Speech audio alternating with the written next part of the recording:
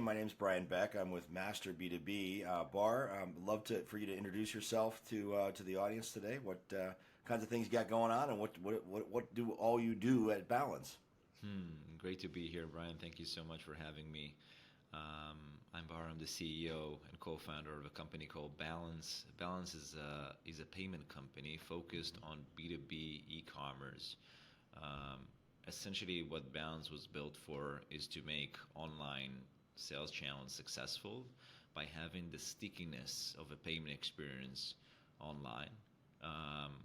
So the metrics that we're moving for businesses are like the AOV and the repeat rate, and Yeah.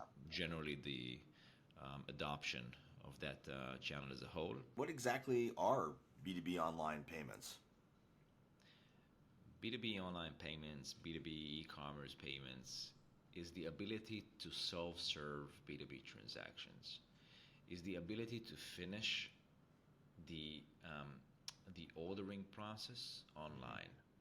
At Master B2B, we do a lot of work where we follow companies and trends that are occurring in the industry. In fact, we published some predictions for 2023 earlier this year.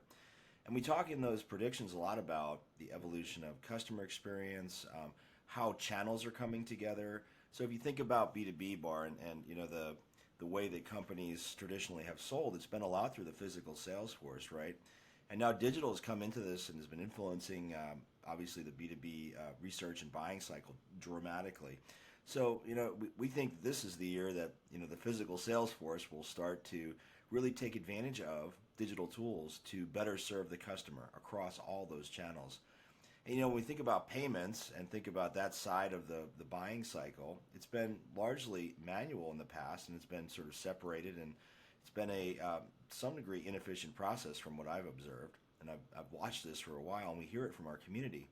So I'm curious, when you think about that omni-channel, as these channels come together, as the customer expectation increases, and as sales teams have more demands than ever before to be relevant, where do payments come into all of that? Like, sort of, how do you envision that changing and evolving this year?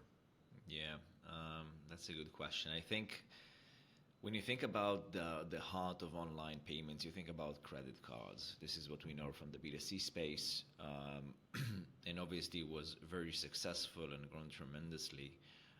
In B2B, unfortunately, you have two options.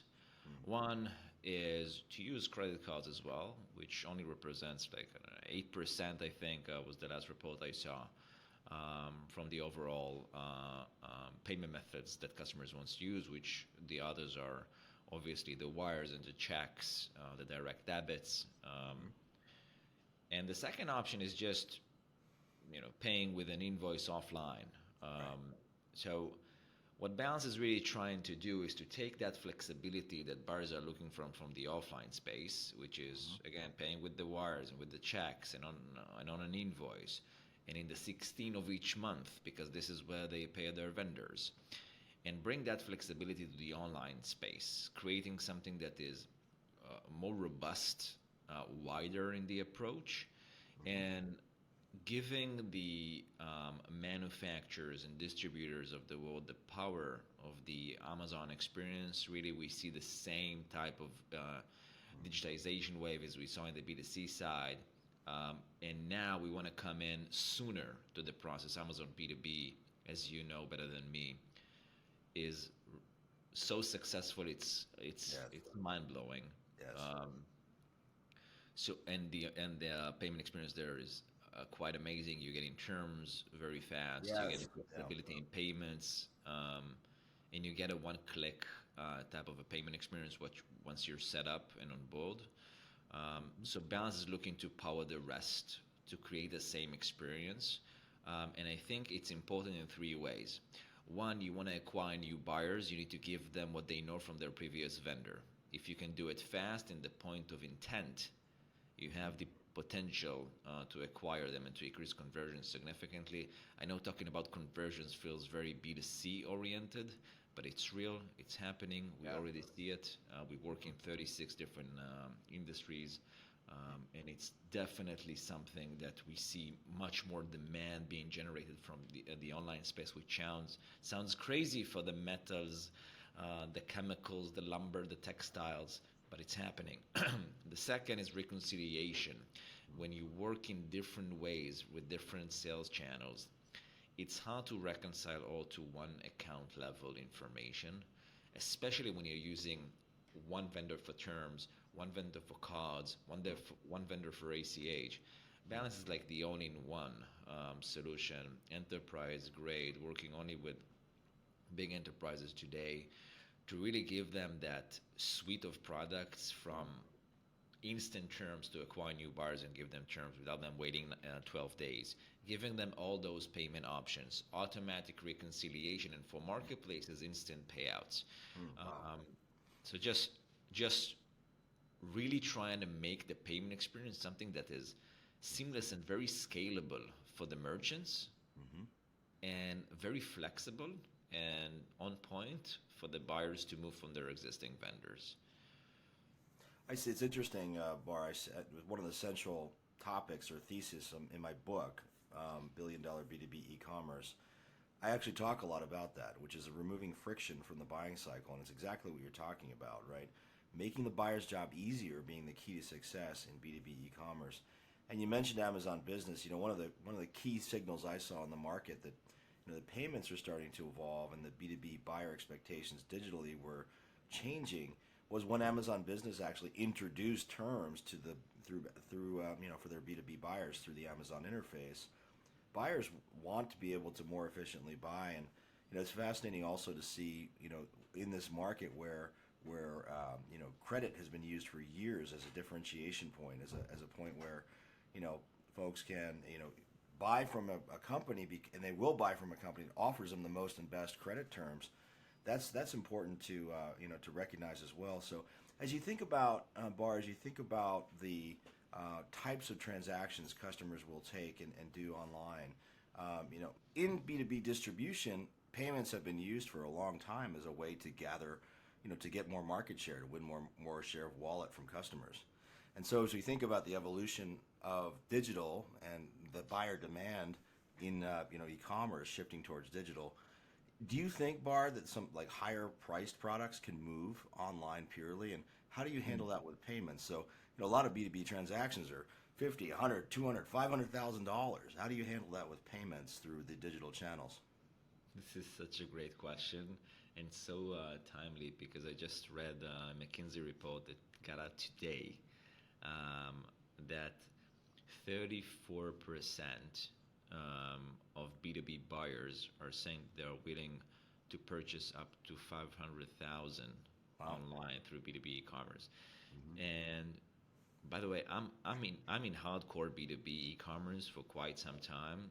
I've never heard this number before. It's very new. Something is changing. It's very clear that B2B e-commerce is taking over in ways that you are one of the innovators that thought about B2B e-commerce from the beginning as a two steps ahead from saying, okay, B2B e-commerce is not just a way to digitize an ERP.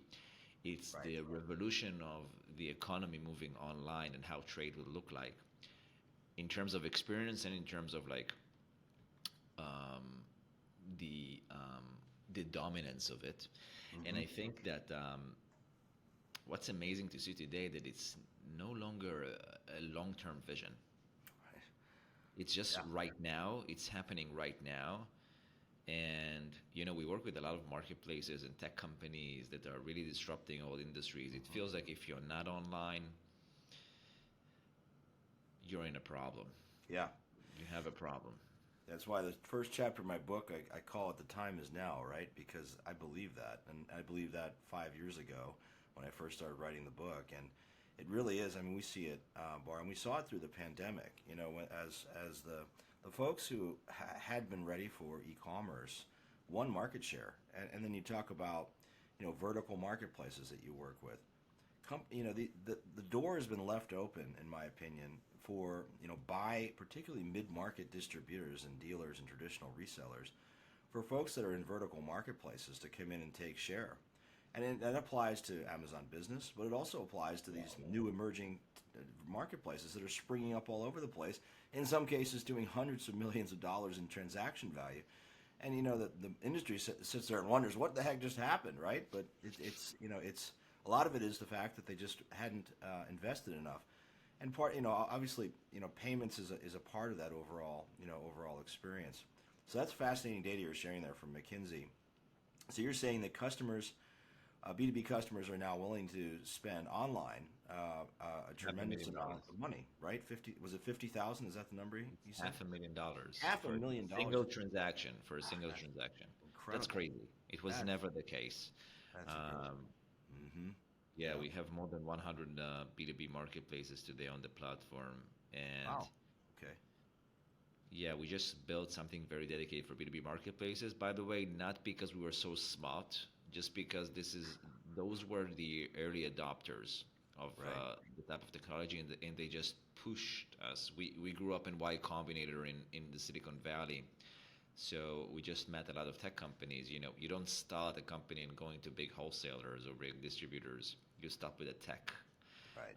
And they were just so heavy on marketplace, so we just needed to build it. So today we have a very unique technology to remove, I don't know, you probably know Miracle and other tech companies building infrastructure for marketplaces. Any brand can now sell third parties very easily.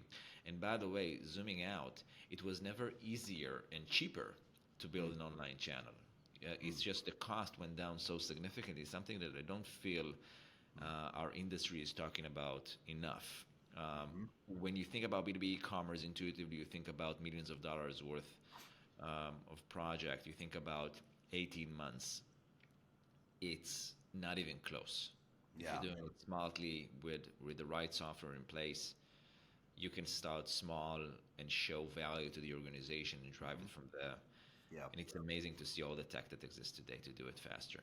Well, it's interesting, Bar. I also see a lot of, again, since we're talking marketplaces a bit, I see a sort of a trend in the market where, particularly manufacturers, traditional manufacturers, are using marketplaces as a place to build their e-commerce muscle, right? To get started, to get the data correct, to understand from a merchandising and marketing perspective, how do you build the organizational muscle to actually, engage in B2B e-commerce, and then as a second step, they'll go out and they'll launch their own e-commerce, capabilities. They'll get a platform, some of the ones you're describing. And you're right, the cost, from what we see, the cost of deployment has come down quite a bit because the tools, whereas they weren't available as much 6-7 years ago, today there's a plethora of platforms, and you mentioned some of them, that will make it, make e-commerce quite feasible for a company without requiring a 30-person IT team or development team to build the solution. So that's and now when you don't need to scale the AR team as well. Right. That's right. Yes, absolutely. So we talk a lot about B2B. We've been talking about some things, and I one of the first examples I use in my book is some examples out of the retail market, right? I talk about, companies like Sears in the U.S. has lost its, it's a joke. It's the world's longest liquidation sale. Companies in the retail market that didn't adopt and adapt, and retail and the retail B2C side, we had excuses, right? I worked in that field for 17 years. We were trying new things, but on the B2B side, look, the precedent is there, right? I mean, the world is changing, the buyer has more power and everything else. So as we think about lessons learned from B2C, and I use a lot of them in the book, and we talk about it a lot at Master B2B, the lessons learned, right? How do you apply them? But Bar, what do you think in the payment side? Because there's been, you have PayPal, and then there was, obviously, remember Bill Me Later, and, Affirm, and all these other, kind of B2C oriented payment solutions. What's your take on that? What implications do you think that has for B2B? Yeah, I think it's a great question. Important to say that I worked at PayPal for a few years and met my co-founder there, and the founder of Affirm, Max Lipchin, is one of our investors. I think the most interesting thing about B2C, and actually PayPal specifically, is that online payments is always about trust. putting your credit card information on a website today feels obvious. Mm-hmm. It was far from obvious not that long ago. Um, Far from obvious. And PayPal solved it. They told you it's okay. You can trust us if something happens, we're there for you. Mm-hmm. And at Balance, we're trying to do something similar. Mm-hmm. We will go to merchants and say, you don't know the buyers. We will do the KYC, we'll do the KYB. If you want to acquire them online, you need to do it instantly. They will get what they need on the payment side and feel the comfort of getting the terms and the payment configuration that they need to do it is the way they run their business. While you will get paid the same way all the time as a merchant. Scalable to infinity, one AR person instead of 20, and then you can feel comfortable scaling. You can really use saying scaling in B2B feels so weird. Mm-hmm. Feels like it's a word that you save for your consumer apps. Right. But that's not no longer the reality. Yeah. It's unbelievable what we're feeling right now and experiencing. Mm-hmm. I feel it's economy changing event, nothing less. Yeah, Bar, I couldn't agree more. It's that we are seeing just this massive evolution, and it's really fun to watch and be a part of. One of the things that again, thinking about efficiency and how traditional businesses in B2B have worked. So, what I've observed now in B2B for, oh gosh, I'm getting close to a decade now, in this side of e-commerce, and I've noticed that it's a lot about relationships, right? The relationship of the sales rep to the buyer, or just the overall relationship between a buyer and a seller in B2B. Fewer customers, deeper relationships, and deep knowledge of the solutions and that the customer has, and that's really been a key to differentiating a lot of these businesses. When you think about this, and as it relates to payments and credit terms and things like that, sometimes businesses might think that credit, having that credit facility, or that traditional sort of this traditional credit methods and things are important to that relationship. In other words, even the relationship between the credit teams and the buyers and things like that. And as you talk to companies, I'm curious what you find when you go to them and talk to them about your solution, evolving the credit facilities, adding alternative payment methods, making it easier for the buyer to purchase. Do you get any resistance or friction, or do people say, "Oh, that's going to cannibalize my relationship with the buyer, or make it less relevant, or even force me to change how I do business," which is one of the hardest things that B2B companies deal with, is process change. Any comments on any of that? I think it's in the heart of the B2B e-commerce revolution. What happens when the value you're trying to create is scaling the concept of relationships, which is, it's a hard thing to think about. I think what companies are doing is attributing sales, even if it's online, to the sales reps in a way that is keeping the teams happy, but also reducing the overall cost of the organization. There is a middle ground of a win-win, which at the beginning it wasn't intuitive. I think it was a bit unclear of how it will evolve, but one of the key fundamentals of the change is that when you grow, everyone are growing in the organization. When you create more revenue streams, if you attribute it in the right way in the organization, you can reduce your cost, and everyone can win from it. Yeah. And it works. It works.